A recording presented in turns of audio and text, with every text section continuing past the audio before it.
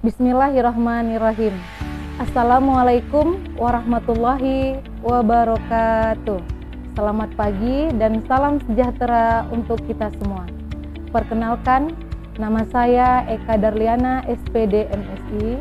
Saya salah satu dosen tetap di Sekolah Tinggi Keguruan dan Ilmu Pendidikan Al-Maksum Langkat pada Prodi Pendidikan Ilmu Pengetahuan Sosial.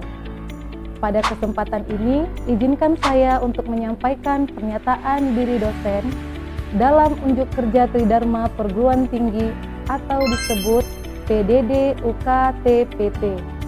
Adapun PDD UKT-PT ini dibuat untuk memenuhi syarat sertifikasi dosen pada tahun 2024. Sebagai seorang dosen, tentunya mempunyai kewajiban menjalankan Tridharma Perguruan Tinggi yang meliputi pengajaran, penelitian, dan pengabdian kepada masyarakat. Dalam hal ini, saya akan menjelaskan salah satu mata kuliah yang saya ajarkan, yaitu mata kuliah antropologi. Mata kuliah antropologi merupakan salah satu mata kuliah yang diajarkan pada Prodi Pendidikan IPS pada semester 1 pada bobot 3 SKS. Adapun capaian pembelajaran mata kuliah antropologi, yang pertama, mahasiswa mampu menjelaskan konsep antropologi dan menjelaskan ruang lingkup antropologi. Yang kedua, mahasiswa mampu menjelaskan kebudayaan dan unsur-unsur kebudayaan. Yang ketiga, mahasiswa mampu menjelaskan dan menerapkan teori-teori antropologi. Yang keempat, mahasiswa mampu menjelaskan jenis-jenis penelitian antropologi, mampu mengaplikasikan teknik-teknik penelitian antropologi. Yang kelima, mahasiswa mampu menjelaskan dan mengidentifikasikan sistem kekerabatan dan komunitas antropologi serta kebudayaannya. Yang keenam, mahasiswa mampu menjelaskan dan mengembangkan sistem religi dalam kebudayaan. Yang ketujuh, mahasiswa mampu menjelaskan dan menganalisis dinamika kebudayaan. Yang kedelapan, mahasiswa mampu menjelaskan hubungan antara antropologi dan psikologi. Yang kesembilan, mahasiswa mampu menjelaskan kepribadian dalam setiap kebudayaan berdasarkan hasil-hasil penelitian. Kemudian, deskripsi mata kuliah. Mata kuliah ini dapat mendidik mahasiswa untuk lebih memperoleh gambaran mengenai cakupan dari ilmu antropologi, konsep-konsep antropologi, teori antropologi, sistem kekerabatan, sistem organisasi, dinamika kebudayaan, dan metode penelitian. Kemudian, dapat menganalisis peran dan tantangan antropologi ke depan hingga merangsang manusia agar meneliti dan mengkaji perkembangan ilmu antropologi dalam penerapannya di lapangan dan dikaitkan dengan ilmu psikologi yang saat ini. Adapun materi-materi pada mata kuliah antropologi itu sendiri, yang pertama, mencangkup ruang lingkup antropologi. Yang kedua, kebudayaan dan unsur-unsur kebudayaan. Dan yang ketiga, teori dan metode penelitian antropologi. Serta keempat, sistem kekerabatan dalam kebudayaan. Yang kelima, bahasa komunikasi dalam kebudayaan. Yang keenam, dinamika kebudayaan. Ketujuh, kearifan lokal. Yang kedelapan, antropologi terapan. Yang kesembilan, antropologi psikologi. 10, penelitian antropologi. Dan yang terakhir, folklore dalam kebudayaan Indonesia. Teknik pembelajaran yang saya lakukan yaitu memakai teknik hybrid atau blended learning seperti Zoom meeting, classroom, dan WhatsApp group. Metode pembelajaran yang saya gunakan dalam pembelajaran yaitu ceramah, diskusi, dan kuis. Ceramah itu sendiri untuk menjelaskan bagaimana materi kuliah yang saya ajarkan, serta terjalinnya interaksi antara dosen dan mahasiswa saat dosen menjelaskan materi yang disampaikan. Diskusi, mahasiswa diharapkan jauh lebih aktif dalam pembelajaran antropologi untuk bisa membahas tantangan-tantangan kebudayaan sekarang dan dapat bekerja sama dalam penyelesaian masalah-masalah terkait materi. Serta kuis. Kuis biasanya saya lakukan itu untuk mengukur tingkat pemahaman mahasiswa terkait materi yang telah saya sampaikan. Sejauh mana pemahaman mahasiswa tentang materi yang telah disampaikan. Selanjutnya, dalam sistem penilaian. Sistem penilaian yang saya lakukan ada 5 bobot sistem penilaian. Yang pertama, 20% itu untuk kehadiran. Yang kedua, 10% untuk keaktifan mahasiswa di kelas. Yang ketiga, 10% untuk menilai kuis. Yang keempat, 30% untuk menilai UTS. Dan yang terakhir, 30% untuk menilai UAS. Baik, saya akan menampilkan video pembelajaran saya melalui Zoom Meeting. Assalamualaikum warahmatullahi wabarakatuh. Waalaikumsalam warahmatullahi wabarakatuh. Yang semuanya, salam sejahtera bagi kita semua. Gimana kabarnya hari ini? Sehat? Alhamdulillah sehat. Alhamdulillah. Sebelum saya mulai materi yang untuk pertemuan kali ini, saya akan mengulang kembali materi yang minggu lalu. Ya kan ya, minggu lalu kita membahas tentang sistem pengetahuan gitu ya, dalam 7 unsur kebudayaan. Di 7 unsur kebudayaan itu kan ada sistem pengetahuan kan ya, baik pengetahuan yang sekarang atau yang dulu kan gitu ya. Jadi sebelum masuk ke materi ini, kali ini kita akan bahas tentang sistem kekerabatan. Sebelumnya udah ada yang tahu belum tentang sistem kekerabatan? Atau udah pernah dengar gitu? Belum. Oh, belum. Cepet kali Musin bilang belum ya Musin. Oke. Kalau belum tahu, saya share dulu PPT saya atau materinya untuk hari ini ya. Oke, apakah sudah kelihatan? Sudah, Bu. Sudah, Bu. Kelihatan. Oke, materi kali ini kita membahas tentang sistem kekerabatan dalam kebudayaan. Kayak saya bilang tadi, apa itu sistem kekerabatan? Musim bilang belum tahu, Bu, belum pernah dengar kan gitu ya. Tapi kan pernah dengar sistem gini kan, kerabat gitu, pernah dengar nggak sih? Pernah, Bu. Pernah ya, kalau kerabat, itu tadi. Asal katanya itu dari mula kerabat atau saudara kan gitu ya kan. Atau ada ikatan keterkaitan gitu. Ya kan? Jadi sistem kekerabatan dalam kebudayaan yaitu hubungan atau entitas yang memiliki asal-usul atau istilah yang sama, baik melalui keturunan biologis maupun keturunan sosial atau budaya, kan gitu. Prinsipnya dalam sistem kekerabatan ini mengelompokkan tiap orang ke dalam kelompok sosial, peran, kategori, dan silsilah.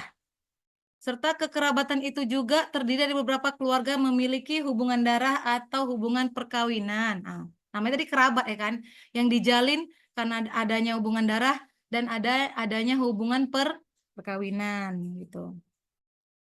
Selanjutnya, anggota-anggota dalam sistem kekerabatan. Yang pertama itu ada ayah, yang kedua ada ibu, yang ketiga ada anak, yang keempat ada menantu, yang kelima ada cucu, yang keenam itu kakak, yang ketujuh ada adik, yang kedelapan paman, dan yang kesembilan itu bibi. Oke, selanjutnya kakek ya. Semua ini adalah anggota-anggota yang memiliki hubungan darah dan hubungan yang terkait dengan hubungan darah dan hubungan karena ada status perkawinan, gitu ya. Sampai di sini jelas? Anggota-anggota kekerabatannya? Jelas ya. Oke. Selanjutnya, dalam sistem kekerabatan itu ada 3 macam sistem kekerabatan. Yang pertama, patrilineal. Oke, patrilineal itu asal katanya kan father, berarti itu father ayah kan ya, kalau bahasa Inggrisnya father itu kan ayah. Nah, diambil karena itu sih dia sebenarnya. Karena ada kata father. Jadi dalam sistem kekerabatan dikatakan patrilineal atau fatherlineal.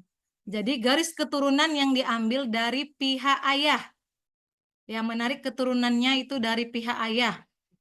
Seperti kalau di sekarang ini atau di Indonesia itu yang pakai sistem kekerabatan atau silsilah dari keturunan ayah suku Batak. Ya, makanya suku Batak itu kalau ibunya Marpaung, ayahnya si Hombing, pasti ngambil marga ayahnya si Hombing. Gitu, tidak pernah marga ibunya Marpaung, gitu ya. Oke. Nah, seperti tabel yang ini kan penganut patrilineal antara lain ya. Kalian udah bisa baca lah nih ya, ada bangsa Arab, Rejang, suku Batak, suku Singkil, suku Dani, suku Enggan, Alas, dan Mor, gitu ya.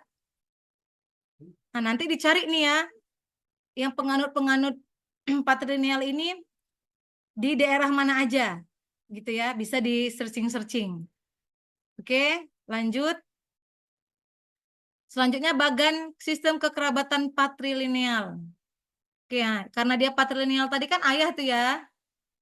Jadi yang segitiga ini mencerminkan ayah atau menggambarkan sebagai ayah. Nah, ini ayah dan ini ibu. Gitu ya. Ayah menikah dengan ibu yang mempunyai abang atau adik laki-laki. Gitu ya. Terus adik laki-laki dan abang ini menikah lagi. Nah, menikah lagi, terus mempunyai anak. Nah, inilah sama paman kalian, bibi kalian, ini keponakan kalian. Nah, gitulah yang dikatakan dengan garis keturunan patrilineal. Oke, sebelum kita masuk ke matrilineal, ada yang ditanyakan tentang patrilineal? Udah jelas? Oke, Jelas, Bu. jelas. Lanjut ya. Yang kedua itu matrilineal. Oke, matrilineal adalah dari hasil katanya yang saya bilang dari awal, kalau si patrilineal itu kan dari father ya. Berarti matrilineal itu dari mother. Jadi garis keturunan yang diambil adalah dari garis keturunan ibu. Ya, garis keturunan ibu biasanya itu pada suku atau etnis Padang yang mengambil garis keturunan dari ibu. Ya. Ada sini yang suku Padang atau etnis Padang? Ada? Nggak ada? Berarti di sini semuanya apa? Jawa? Jawa, Bu. Jawa ya? Jawa. Oke, nanti kita bahas nih masalah yang Jawa. Kalian masuk ke sistem kekerabatan apa? Oke? Pada suku apa etnis Jawa tadi, ini dia di Sumatera Barat, ya kan, yang menganut sistem kekerabatan matrilineal. Oke, ada kalau di luar sana ada suku Indian, ada suku Navajo, ada suku Kasi, ada suku Naki, dan ada suku kecil-kecil yang ada di Asia Pasifik. Nah, kalau misalnya memang nggak tahu apa sih itu Bu, belum pernah dengar Bu ya, bisa lah searching, karena kita tugas mahasiswa itu kan tidak hanya membaca di buku ya kan, percuma punya HP Android, jadi harus kita searching mana yang kita nggak tahu. Oke, paham ya? Lanjut. Ini bagan dari sistem kekerabatan matrilineal. Nah, kalau di patri tadi kan yang atas itu segitiga ya, biru yang menggambarkan laki-laki. Kalau yang ini matrilineal itu menggambarkan perempuan yang bulat ini. Berarti itulah menandakan dia sistem kekerabatan matrilineal. Ya. Oke, lanjut. Selanjutnya sistem kekerabatan bilateral.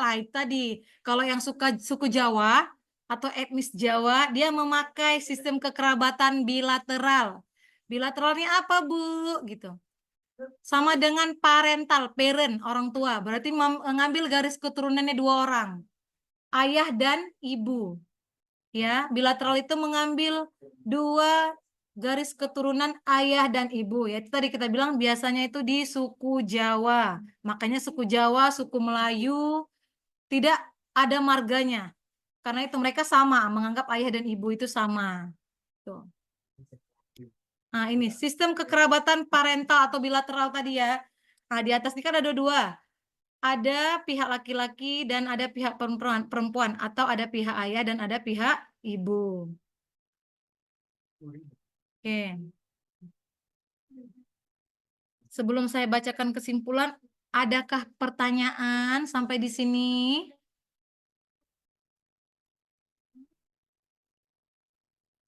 Ada pertanyaan. Karena gini, sebelum kita mengakhiri materi ini, kalian harus tahu bagaimana silsilah atau garis keturunan yang ada pada keluarga kalian, gitu. Ada pertanyaan? Silakan.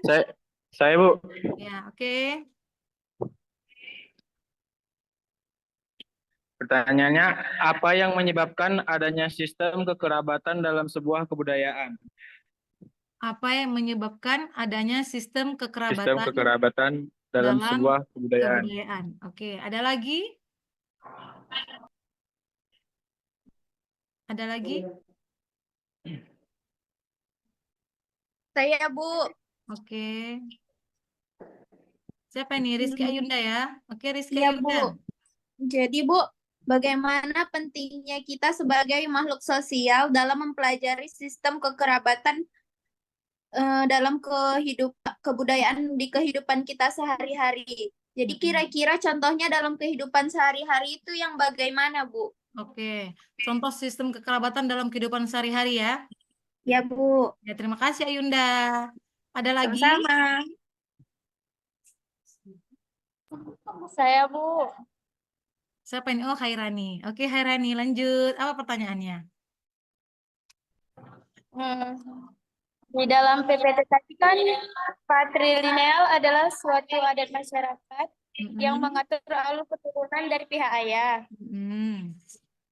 Pertanyaannya, apakah dampak sistem patrilineal terhadap peran dan status perempuan dalam masyarakat, Bu? Peran status perempuan ya, atau peran Iya, Bu. perempuan gitu ya dalam sistem kerabatan patrilineal. Karena kan dia menarik garis keturunan dari ayah tadi ya. Oke, Iya, Bu. terima kasih Hairani. Oke, saya jawab dulu dari pertanyaan si Ramadhanu tadi ya. Bagaimana sistem kekerabatan atau pentingkah sistem kerabatan dalam budaya gitu ya. Nah, kenapa?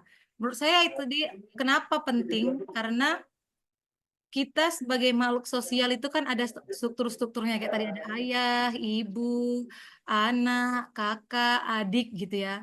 Nah, jadi kita sebagai makhluk sosial atau masyarakat harus tahu gitu kedudukan-kedudukan dari ayah, ibu, kakak, adik. Ya, atau peran-peran dalam sebuah keluarga. Kayak saya bilang sebelumnya, kalau ibu tugasnya apa, ayah tugasnya apa gitu kan. Tidak bisa diambil alih oleh anaknya. Nah, jadi satu keluarga itu harus tahu kedudukan-kedudukan atau posisi ayah, ibu, dan dia sebagai anak itu sendiri. Makanya penting mempelajari sistem kekerabatan agar kalau misalnya kita gini sih kalau di keluarga supaya gini, oh supaya patuh, supaya ada sopan santun. Nah, oh itu kakakku, itu abangku, itu ayahku, itu pamanku gitu. Jadi kita sebagai anak atau adik nih, adiknya misalnya, kita harus patuh kepada ayah ibu, terus kepada kakak kita yang lebih tua gitu. Jadi kenapa itu penting dipelajari ya itu tadi, supaya kita tahu posisi-posisi atau silsilah-silsilah dalam sebuah keluarga. Dah. Oke, paham Danu? Paham, Bu. Oke. Selanjutnya saya jawab pertanyaan dari si Khairani. Ada yang mau menambahkan tadi pertanyaan si Khairani, kenapa dalam patrilineal itu kedudukan perempuan dianggap nggak penting, nah gitulah. Ya, oke, ada yang bisa nambahin? Yang bisa Saya, Bu. berpendapat kira-kira? Saya, Bu. Ya, oke. Silahkan. Menurut saya terjadinya diskriminasi gender itu karena di sistem patrilineal itu laki-laki sering dipandang sebagai pihak yang dominan, Bu. Oh, iya benar. Terjadinya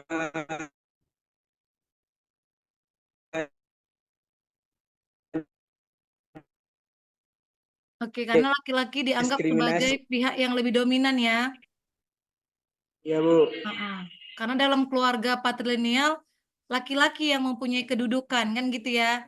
Yang lebih berhak menerima warisan biasanya. Terus yang mengatur dalam rumah tangga itu lebih dominannya laki-laki gitu ya.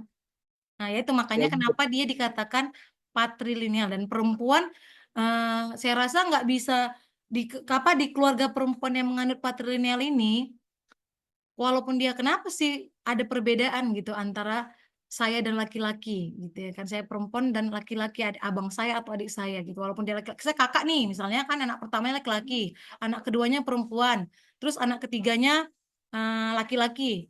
Nah, dia kan sebagai kakak nih jadinya ya kan, kenapa aku kakak ini kok ngalah sama adikku gitu ya kan, kenapa?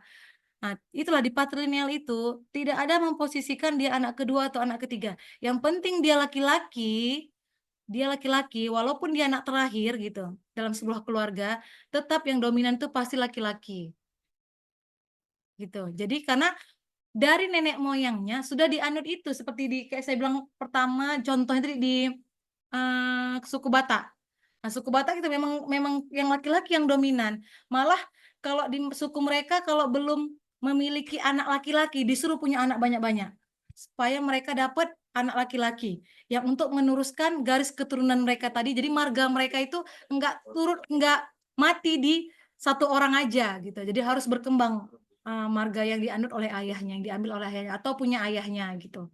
Jadi kalau yang menganut patrilineal, baik dia perempuan itu, ya udah dia harus terima gitu. Dia harus terima kalau memang seperti tadi hak warisnya itu lebih sedikit daripada kakak atau abang atau adiknya yang laki-laki.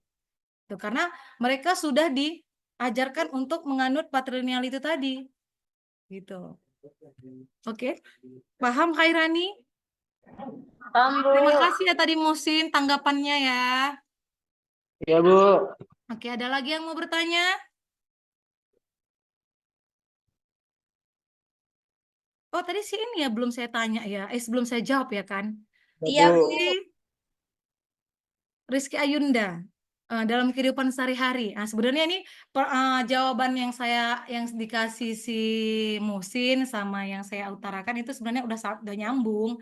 Cuman saya perjelas lagi tadi kalau misalnya di kehidupan sehari-hari dalam sistem keluarga itu harus ada perbedaan antara abang, kakak, adik. Nah, itu tadi kan kalau di patrilineal lebih dominan itu laki-laki pada suku Batak. Ya udah, kalau memang misalnya kau pun itu kalau dirimu itu sebagai kakak nomor 2 atau adikmu laki-laki, ada kita nggak bisa protes gitu. Tapi matrilineal, kalau di matrilineal tadi ya kayak di suku Padang, ya kan, atau etnis Padang, marga ibunya ya diambil sama anaknya gitu, ayahnya ya udah. Maka ada kan yang bilang gini, laki-laki itu dibeli sama perempuan gitu kalau di suku Padang, karena memang perempuan yang dominan gitu ya. Terus kalau di bilateral itu makanya dia dua-dua dalam kehidupan sehari-hari seperti suku Jawa atau Melayu ya kan, karena mereka menganggap ya udah antara laki-laki atau perempuan itu sama aja kedudukannya, tidak ada yang membedakan. Terus mau laki-laki mau ikut ayah silahkan ikut ayah, mau laki-laki mau ikut ibu silahkan, anaknya mau ikut ibunya silahkan, ayah mau ikut anak mau ikut ayah silahkan. Bahkan misalnya gini, dalam nama ayahnya kalau di bilateral pakai Kahar Masyuri misalnya. Boleh anaknya pakai Masyuri di belakangnya, baik suku Jawa atau suku Melayu gitu. Boleh. Tapi kalau di suku Batak wajib ada sinaga misalnya, wajib harus pakai sinaga anaknya gitu.